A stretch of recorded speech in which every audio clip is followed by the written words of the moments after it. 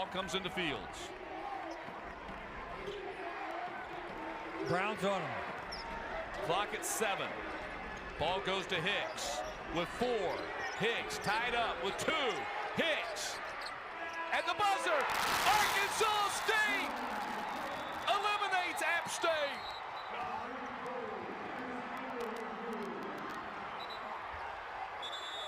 Hello and welcome to another edition of the Sun Belt Hoops with Matt and Nate podcast. James Madison wins the conference championship and they're going to the NCAA tournament. Nate, we just spent more than a week together, and now let's delve into this thing and take a look at what the Dukes were able to do this year and what they might be doing in the NCAA tournament.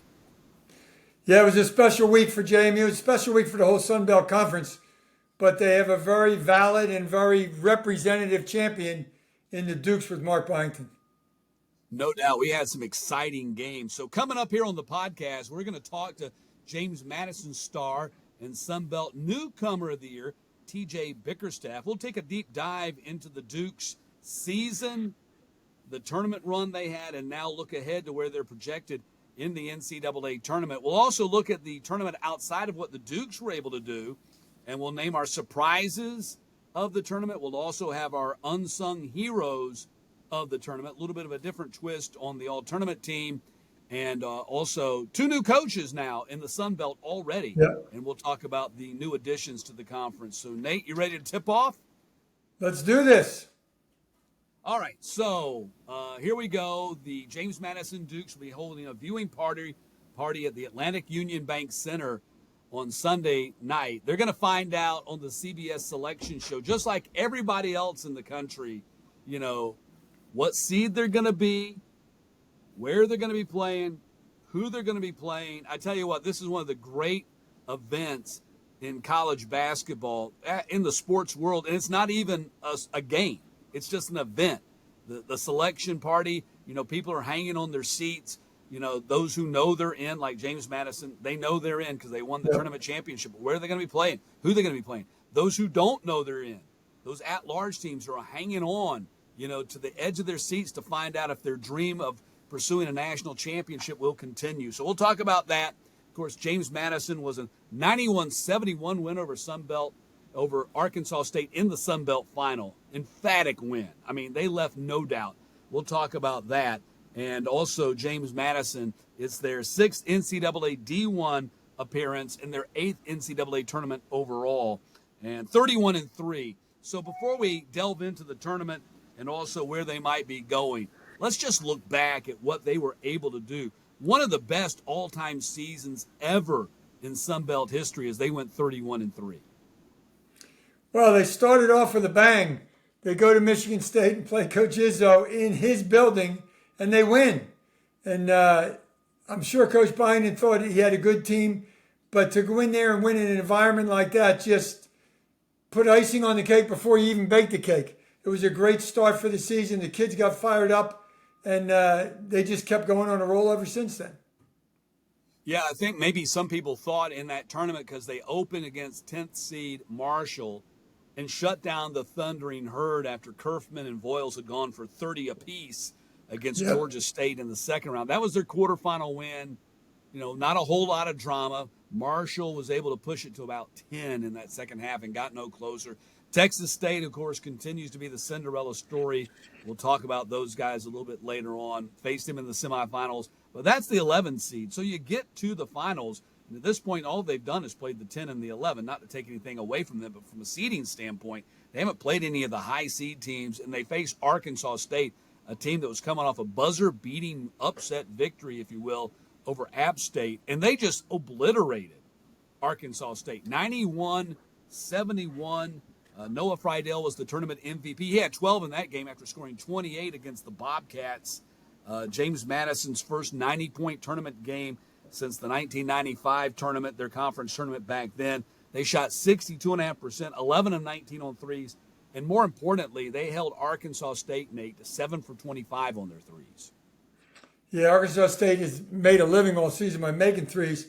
And we talked about it when we were doing the Texas State game, that JMU had not had a whole bunch of close games all year.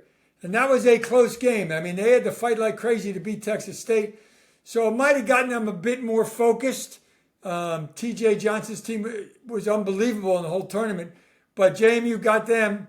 And then when they got to the finals, and I watched the post-game presser, Coach Byington said in the film session before that final game, I looked at the guy's eyes when we were looking at film. He said everybody was super hyper-focused. He didn't know if they were going to win, but he knew they were going to play very well. They were just ready to go, and it was perfect timing. And they beat a pretty good Arkansas State team by taking away what Arkansas State does well, and JMU did everything else well. And how can we forget the career performance by Xavier Brown, who scored 21 points all in the first half, finished with his first career double-double, 21 points, 10 rebounds. He was 5 of 6 on his threes. Sun Belt Player of the Year, Terrence Edwards, finished with 19. Jalen Carey even had, I thought he had a big role in this thing as well. He was strong inside and scored 13 points. And Terrence Edwards didn't do a lot in the first half. But Coach Byington said again in the post-game thing, he's going to come through, and he did. The other thing they talked about was Brown's unbelievable defense, that the other players were amazed by how he was getting in everybody's face. And if you can take away what Arkansas State wants to do, shoot the threes or drive the ball, they have to go to a style of play they're not used to and they're not prepared for. And that's exactly what the Dukes did against them. All right, NCAA Tournament, and we'll find out on Sunday night. ESPN, and we're just going to go with the ESPN projection. Nobody knows for sure, but that's half the fun of it anyway. All these projections are meant to fuel exactly what we're doing right now, talking about it. You know, the buildup of anticipation to talk about it. ESPN has JMU projected as an 11 seed, opening against number 6 seed Washington State in the Midwest Regional, and the Dukes would play that opening weekend in Omaha. The winner of that game in the second round would face the winner of the 3 seed Iowa State versus 14 seed Oklahoma. Not Oklahoma, but Oakland game. The Grizzlies, I think they are. Are they? Oakland? Right. Yeah, they are. Oakland, yeah. And Marquette's the 2 seed in that regional. That would be a potential Sweet 16. Number 1 seed is Purdue. That would be potential Elite 8. You also have Florida, Michigan State, Charleston, Auburn, FAU, of course, got to the Final Four last year, projected to be in the Midwest Regional as well. And, of course, that's all projection. But what do you think about that? Interesting. How fun would that be? Well, it'd be very interesting. You got Charleston, who Coach Byington obviously used to coach for under Bobby Cremins, and he became the interim when Coach Cremins stepped down. You got Michigan State. We just talked about that. I've always said the NCAA has a little sense of humor when they set up these brackets, and we don't know if it's going to turn out that way.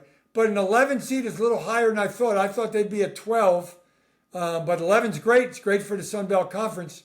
And go take care of business. You and I talked during the tournament when we had breaks that when we thought they might win, if they get a 12 seed, 12 always upsets the 5. That's the predominant upset seed.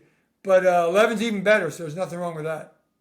Yeah, if they get the 11, again, this is the ESPN projection, but if they get the 11, I would think that they would probably be the only quote-unquote mid-major in that 11 slot. Typically what they do with the 11 is they have, the power conference teams on the low end play in that 11 seed and actually have to play on that Tuesday in Dayton as kind of a play-in game. Yeah, it's true. I mean, we're just going to see what happens. All this prognostication is exactly that till the committee comes out with it. And everybody thinks, well, the teams know it a couple days ahead of time. No, they don't. Those reactions you see from the different arenas are not staged. Those guys have no idea where they're going till CBS flashes it up on the screen. So that's the cool part about it. All right, let's bring in James Madison star and newcomer of the year, T.J. Bickerstaff. T.J., thanks a lot for being with us. Thank you for having me. Hey, what's this last week since you won the championship on Monday? What's it been like back in Harrisonburg this week? It's been great. Like when we got off the bus, our supporters, they were there to congratulate us, take pictures, kids there too. So like everyone was excited. I'm just glad we could bring it back to Harrisonburg. TJ, I've known Coach B, as you call him, Coach Byington, for a very long time. And he's a pretty serious guy, but I've never seen a smile on his face like I saw when he turned around to look to you guys on the bench when it was all said and done. That had to be special for him and you guys together. Yeah, he was excited, man. I mean, because it's crazy that we got this done. Like, for some of us, it feels like we got this done in like a year, which we did. So, like, Yeah. we gelled together really well pretty fast. So it was just like, it's a crazy accomplishment. Yeah, it was your first year in the program. You'd started your career at Drexel, got to the NCAA Mm-hmm. tournament with Drexel. Then you were at Boston College, and now Yeah. at James Madison to wind up your career. What factored into your decision to go play for the Dukes? It was either like play pro or come back to college. So, like tested the waters for pro. I got some feedback and everything that I needed to hear. So, Maybe your I grandfather felt, and your uncle gave you some feedback. yeah, they gave me feedback, as well as like a potential agent and things like that. So, just dealing with my situation, I felt like, it would be the best bet to go to JMU. After I watched a lot of film on them too, like to see if my game would like really fit their system, and it turns out it did. So. Obviously, TJ, since you went to the NCAAs with Drexel, you knew what pressure was about. I love what Coach Byington said and told you guys. You win the first game of the year at Michigan State, and he said there's a target on our back, and it's going to be there all year. How did you guys deal with it? Because you dealt with it exceptionally well all year, the pressure. Honestly, I think we have good short term memory in terms of like not getting too high and not getting too low. Yep. Like we'll win some great games, do some great accomplishments, and then it's like, well, it's on to the next day. Let's just get ready. Just focus on this game. We always say 1-0. We trying to go 1-0 today. That's what we preach every day. So having that mindset. Yeah, I mean, you didn't have many losses to forget. There were only 3 of them in the regular season. And of course, 31-3, extraordinary record, led the country in wins. At what point was it? I guess it'd be easy for someone like Nate and I to look and say, "Oh, wow, that Michigan State win to open up the season against the Spartans." That's when they knew. At what point did you know, wow, this team's really going to be special? I say after honestly that Kent State game, it was kind of early to know that. I can say the Michigan State game as That well, was the one but right after, and I watched. yeah, Yeah, that right went after. overtime. That was crazy. Yeah, and then like the Kent State game is like, if you can come back from that without like quitting, because it was such a small margin of time, like if you can get through that game without quitting and keep fighting and win the game, like that just lets you know that you're on a different mindset, like you're on a different level with your mindset. Because I believe a lot of people probably would have like, oh, they would have said like this game's over with right now, like there's no chance we're gonna be able to like score in this amount of time and like win this game. So, I mean, like, just seeing that, like, being a part of it, like, you can just tell, like, they're different dudes, like, and that's what I love to have on the team, honestly. TJ, we talked about a second ago that you've done this before at Drexel, and obviously you're going to do it again starting next weekend. Have the guys asked you, like, what's it like, what's it all about, just to get a little feedback since you've done it? Yeah, they've asked me. I always tell them it's just like, I went during that COVID year, so, like, the fans and, like, how it was like a bubble. So it was weird that year, but I want to see how it is, like, this year and experience, Well, like, it'll be all different. Yeah, I want to experience that. And then on top of that, yeah, I just told them like it's a great experience. Like not a lot of people get to go to March Madness. Like it's a once in a lifetime thing. It's a very rare thing. Um, so yeah, just enjoy it, soak it up, and yeah, just go out there and have fun. Really, that's all I preach. Yeah, the last time you went, this would be a little bit different situation. You got a little bit different Yeah, team. I mean, not taking nothing away from Drexel. You guys won yeah, the Colonial that year, but you played the number 1 seed Illinois in the hmm tournament. In fact, Andre Corbello, who's now at Southern Miss, was on that team. Sumnu or is now with the Chicago Bulls. He was on that team. They were loaded. I mean, they were yeah. They one were of the best they Illinois were tough teams in that a year. long time. But your team goes in there this year as you're projected to be as high as a 6 seed. I saw that in the latest Oh ESPN wow, Bracketology. I'm sorry, an 11 seed, and you would be playing the 6 seed. yeah, Pardon me. Flipped the script a little bit there. But 11 seed is extraordinary, I think, as well. I Yeah, think you're going to be a very popular pick in people's brackets that they're filling out. for sure. We definitely are, and it's crazy. Like growing up watching this, like I remember being in high school just watching March Madness on my phone and stuff. Like, so it's definitely gonna be crazy to be a part of it and like have everyone rooting for you and stuff like that. So I'm looking forward to that too. Well, we talk about pressure. Who's the funny guy? Who's the guy that breaks that pressure during the season on this basketball team? A little behind the scenes knowledge. Behind the scenes, I have to say, I'll say Raekwon. He's funny. Okay. That's his name. That's Yeah, good. he's funny. He went last year with College of Charleston. Yep. Yeah, yeah, he's experienced too. So that's back to back. Yeah, that's crazy. That That's is great. crazy. I love watching you play. In fact, on the games that Nate and I were calling, I said Uh, that you played with reckless abandon. I mean, man, you just yeah, go after that ball. I mean, I don't know if that's a term that used to be used a lot in sports about a guy who would just kind of throw his body in there, no regard for yeah. injury or whatever, and just go after it. But you're like a wild man. You play with reckless abandon. Would you agree with that Yeah. assessment?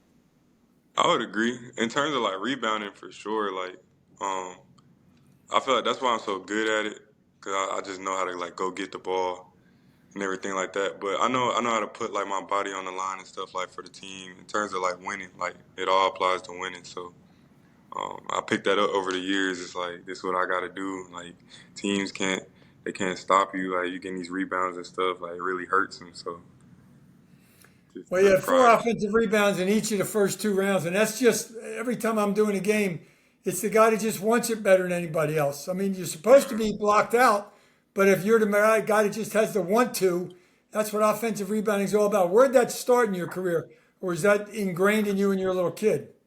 I feel like that was ingrained because I feel like I was always like a great offensive rebounder. Like even in my AAU days, I was like the top offensive rebounder in the Under Armour Association. I remember that. So it's just always been natural. You know, I used to play football too, so I There you just go. learned to go catch the ball at the highest point. Um, yeah, I feel like that applied to my basketball as well. So, You played but wide yeah, I think receiver. I, I was How wide far did you receiver. go before you gave up football? I think like fifth grade. I Fifth. Sure. started in fifth grade, but I was tough though. I was tough. I got you. Hey, how often do people meet you and you say, "Hey, I'm T.J. Bickerstaff," and they say, "Man, I've heard that Bickerstaff name before." And of course, for those who don't know, your grandfather Bernie, five-time hmm NBA coach, coached the Lakers. He's now a senior advisor with the Cavaliers, where your uncle JB is the head coach. And man, they're putting uh, together an extraordinary season in the NBA. yeah, Just great phenomenal. one. They doing good. I'm glad he finally got his chance to just be the Do main you get head that a coach lot and though? The Bickerstaff. Hey, I mean, I've heard that yeah, name before. yeah, I get that a lot. Especially out here because we're so close to like DC. So like a lot of like used to coach the Bullets, so Right. everyone they was like, oh yeah, I remember Bernie. Yeah, yeah. They always mention the Bullet season. Yeah, I remember when they were the Bullets before they were the Wizards, man, and yeah. they were really good. So, how much of a role have those guys played in the development of your career?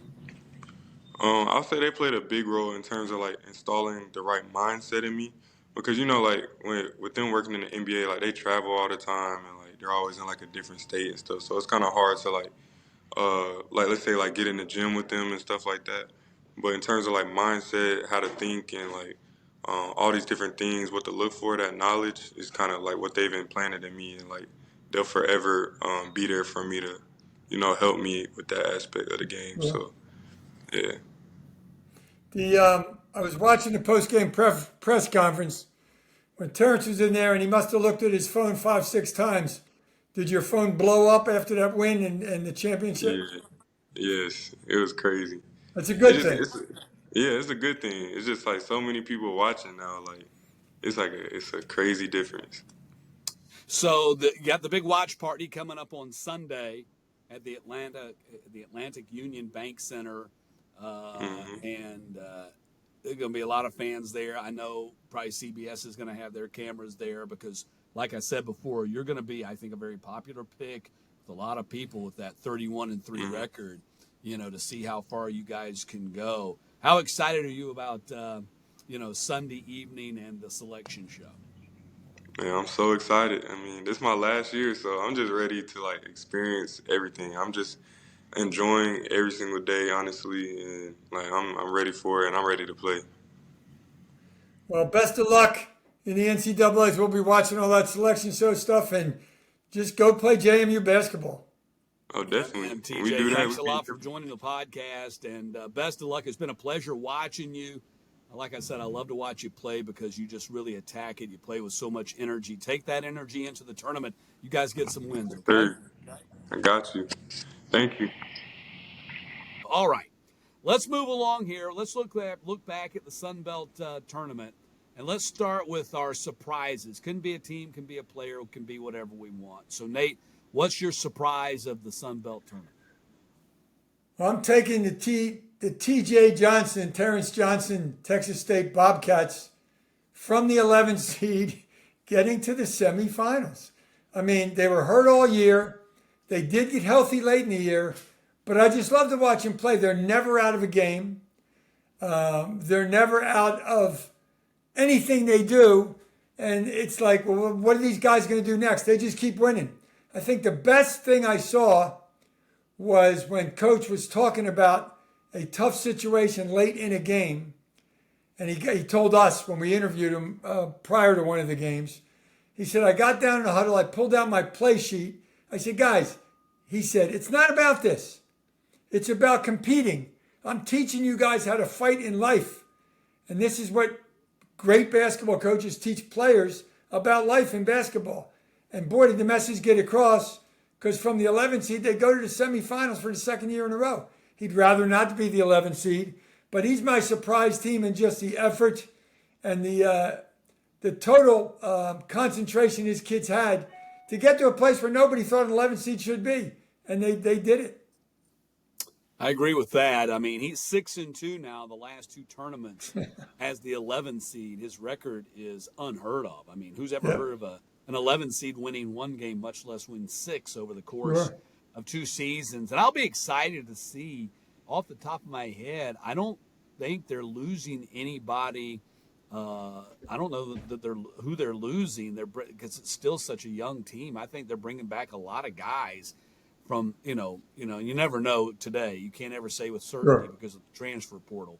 But I think, and if they can stay healthy, if Davion Sykes and Jordan Mason and all those guys that, were hurt at times during this season, if they can stay healthy from the get-go, and of course Drew Drennan could be back too as well, and maybe Tyrell Morgan, who knows. So that adds, that's two guys that didn't even get to play for him this year. It would be interesting to see. I think they could be a lot better next year in the regular season. Remember, they were 1-8 at one point, and then ended up winning. I think they went 10-4 in their last 14 games. So I think they could be like that team, 10-4, not 1-8 from the get-go if they can be healthy. That'll be a team to watch, no doubt, coming up for sure next season. Now, the team that I say is the surprise team is Arkansas State. Obviously, they had an extraordinary run in the month of February. I think they ended up going 9-3 in their last 12 games. And you saw it click where they figured out this thing that, that Coach Hodgson was doing, the layups and the threes, and they learned how to run that offense. And they were so explosive. They just ran into a better team in James Madison in the final. No one's going to debate that.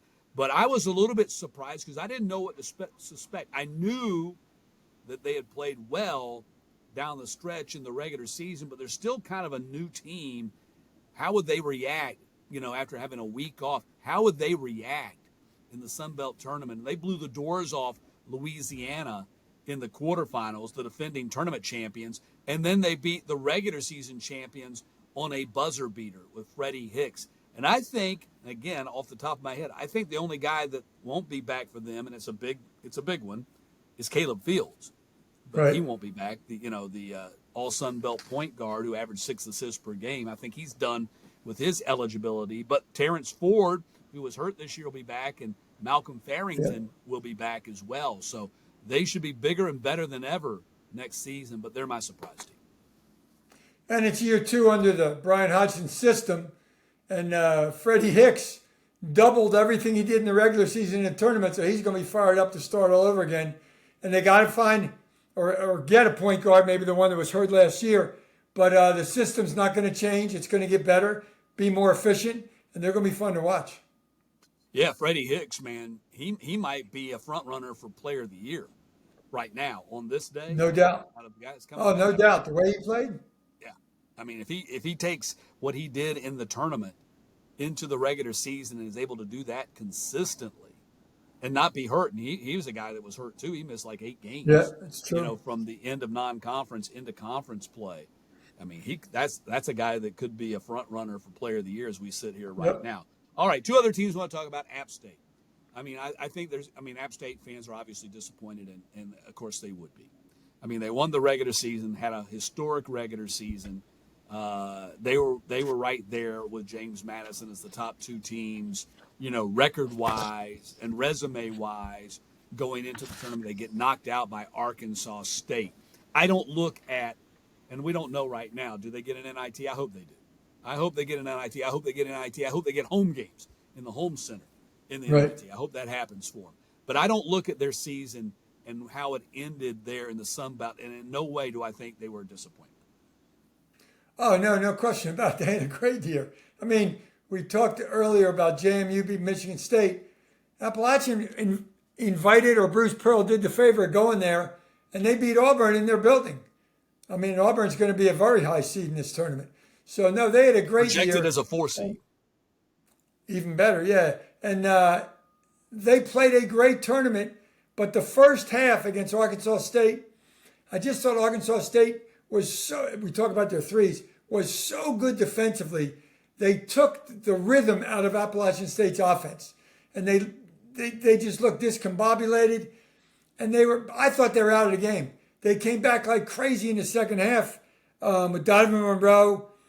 Harkham hit great buckets down the stretch. They made free throws down the stretch. One time they made 3 in a row, fouled on a 3. And then the aforementioned, we just talked about, Freddie Hicks, hits shot at the buzzer and wins a basketball game when Donovan Monroe was all over him. I didn't think he could get off a decent shot. He got off a decent one and he made it. So it wasn't like they got beat bad. They just ran into a hot Freddie Hicks who made the last shot of the game and won it. Yeah. I think Gregory's the only guy for sure that they lose. There may be some others, but off the top of my head, because remember, it's so hard now. Used to be able, you knew. Well, he's played 4 years, he's done. But now with the COVID year, no more. And red shirts, I mean, it's anybody's guess as to who still has eligibility. But I'm pretty sure Donovan Gregory has used his up. So best of luck to him as he moves forward in his professional career. The other team I wanted to talk about is Georgia Southern. I think what Charlie Henry did there this year, they were winless, 0 for 13. 0-13 coming out of non-conference, and they ended up going, I think, the final total, 9-11, I think, is what they ended up being in their final 20 games, including, the tournament where they beat South Alabama in the second round and came within a whisker of upsetting App State. I think that's a team to watch. I think Charlie Henry's got the right mix. They got a system. It's not unlike what Arkansas State does because they're both Nate Oates disciples. Georgia Southern's a team to watch going into Charlie Henry's second season. Well, they had a heck of a year under a new system, as we talked about, same as Arkansas State. Tenari Lane and company loved the 3 and make the 3. Tenari Lane made it at a higher percentage than anybody in the league. And, they preached in the beginning, guys, hang with the system, hang with the system. You mentioned Tenari Lane, that's Georgia State. Oh, I'm sorry, wrong guy, right. You're right, Georgia Southern. But they have prolific three-point shooters. They lost a ton of games early, and Coach kept telling them, just hang with the system. He told us, he had all these people calling him, are you okay? Well, his team hung with the system, and they turned around and had a great end of the season to get into the tournament. And they built a heck of a foundation to keep going in the future. No doubt about it. They were fun to watch, and what they were able to turn around there this season, I think that makes them a team to keep your eyes on going forward in the 2024-2025 season. All right, let's go to our unsung heroes of the tournament. So the caveat here on this list is you couldn't have been named to the all-tournament team, which means Noah Friedel, who was Sun Belt Tournament MVP. Yep.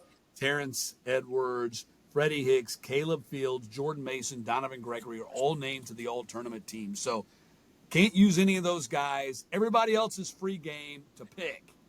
So let's start. Give me player number 1 on your unsung heroes list. I'll go with, we just talked about Texas State, Brandon Love. Factor inside the whole tournament, averaged 10 during the regular season, 13 a game in the tournament.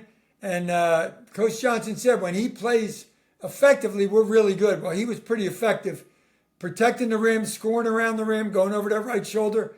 I like Brandon Love as my first unsung hero. I love his game. Left-hander, man. He is so, man, he's got so many different tricks in that bag of his that he can get down there and bank those shots in. Just plays it with a great force and intensity. I like Brandon Love, but he's not on my unsung. I'd struggle with that when I thought about it. I'm starting out my unsung heroes team with Xavier Brown of James Madison. I don't know how they left this guy off the official all-tournament team. He went 21-10 in the final, career high, both, and first career double-double. He was 5 for 6 shooting the three, and he was the guy that lit the fire that James Madison, burned and built such a quick early lead on Arkansas State. In his 3 games, he scored 38 points, so that's an average of 13 a game, and he averaged only 6 a game coming in. And he was 9 for 13 shooting the three in the tournament. So I don't know how they left him off the official all-tournament team, but good for me because I get to put him on my unsung heroes all-tournament team. He's my number 2 pick. I got him in my team as well. For all the things you said offensively, but it seems like the guys that give James Madison juice, the guys that give Appalachian juice, are guys that come in and give him great speed and great effort. And Xavier Brown does that. And defensively, he shut down whoever he was guarding. I mean, it's amazing how when you play really great defense, the offense seems to come. Well, he comes in and gives him that great effort defensively as really well, good, along with his career high in the finals, and which I think all was in the first half. But, Xavier Brown is my second unsung hero. You stole mine. Well, that's all right. We can agree. This sure. Isn't politics. We don't have to disagree on everything. We can agree on some things. All right. Coastal Carolina's Jacob Meyer on my team. I mean, dude scored 58 points in 2 games, and he's a freshman. Yeah. And he carried them to their opening victory over ULM, and they were just behind the 8 ball in the second round with no John Ogiako to fend for him underneath. But even with no John Ogiako protecting the rim and getting rebounds, he scored 22 in that game. Is that maybe I added right? He had 58 or 54. He had 32 and 22, so he had 54. Math's not my thing, but 54 still in 2 games. That's 27 a game in the tournament. No, he had a heck of a tournament, and as a freshman, played more minutes for them. Ended up leading the league in scoring for freshmen. So yeah, Jacob Meyer was special. But I just talked about the speed. My third guy is going to be Xavier Brown for App State. Didn't score a ton of points, but momentum-wise, he hit the offensive glass and had a couple 3 dunk putbacks that just lit that team up and lit that bench up. And I just love his effort. I love the way he comes in off the bench. Now he became a starter late in the year, but comes in and just does his thing for his team and gives great energy to a team that was pretty good to start with. Yeah, and in particular, put back dunk in that overtime win against Georgia Southern really probably was the dunk, the shot that sealed the victory for App State as they avoided the upset, which leads me to my third unsung hero, and that's Tyrone Moore. He had 36 points, nearly single-handedly, led the Eagles to a near upset of App State in the quarterfinals, and they might have pulled it off if he'd had any gas left in the tank. And of course, Xavier Brown, as you just mentioned, had a role in that, shutting him down in that overtime period.